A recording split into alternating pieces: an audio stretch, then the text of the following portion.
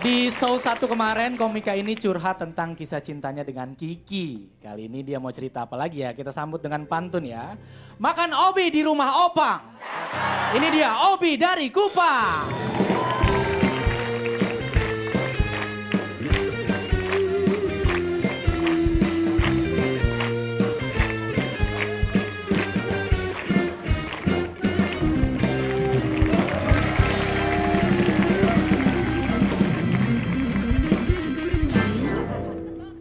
Selamat malam. Minggu lalu saya bahas kisah percintaan saya dan Kiki.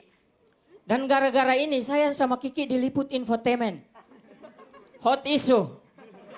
Iya, akhirnya saya bisa merasakan apa yang dirasakan Krisdayanti dan Raul Lemos.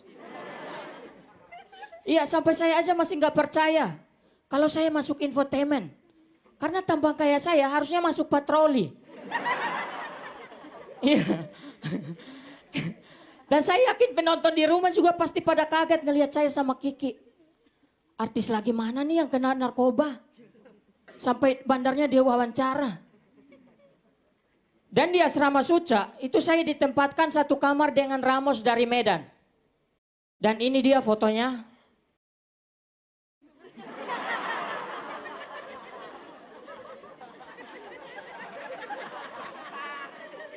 Seram kan kayak Thanos. Tapi seram-seram gitu, Ramos ini tukang ngompol. Iya, kemarin sumpah demi Tuhan, dia ngompol di kamar asrama.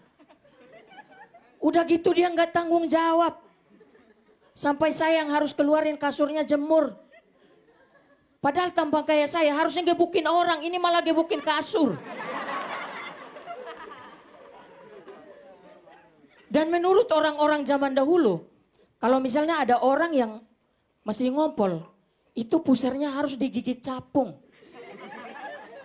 Capung mana coba yang berani gigitnya pusernya Ramos?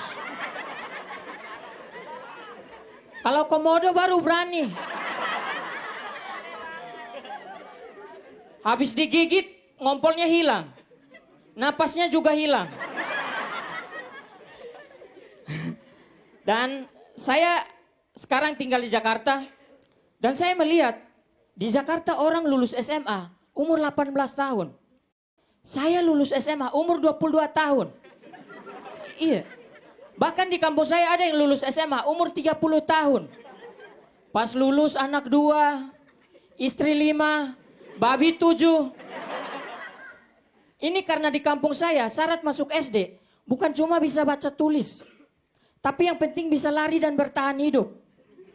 Karena kita kalau ke sekolah itu harus melewati hutan yang banyak binatang buasnya. Ada macan, singa, roekyoshi.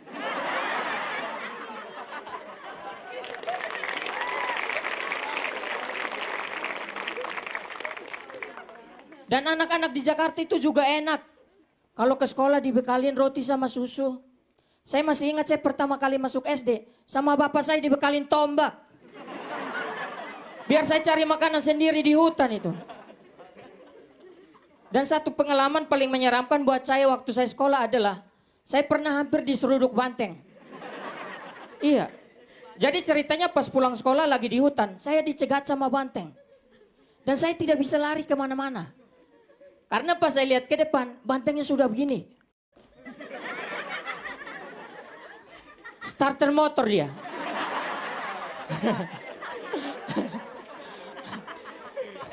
Iya. Dan sekolah di kampung saya juga tantangannya banyak.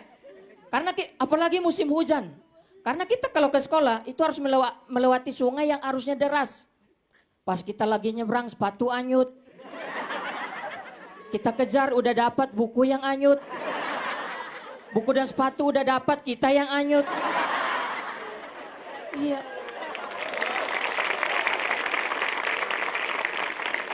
Kami di sana mau pintar aja taruhannya nyawa.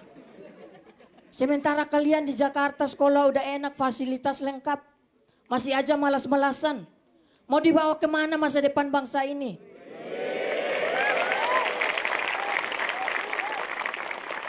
Makanya anak-anak yang malas ini harusnya pertukaran pelajar ke kampung saya. Iya. Biar merasakan bagaimana di Seruduk Banteng itu. Dan saya mau cerita tentang pengalaman saya waktu saya ke Jakarta.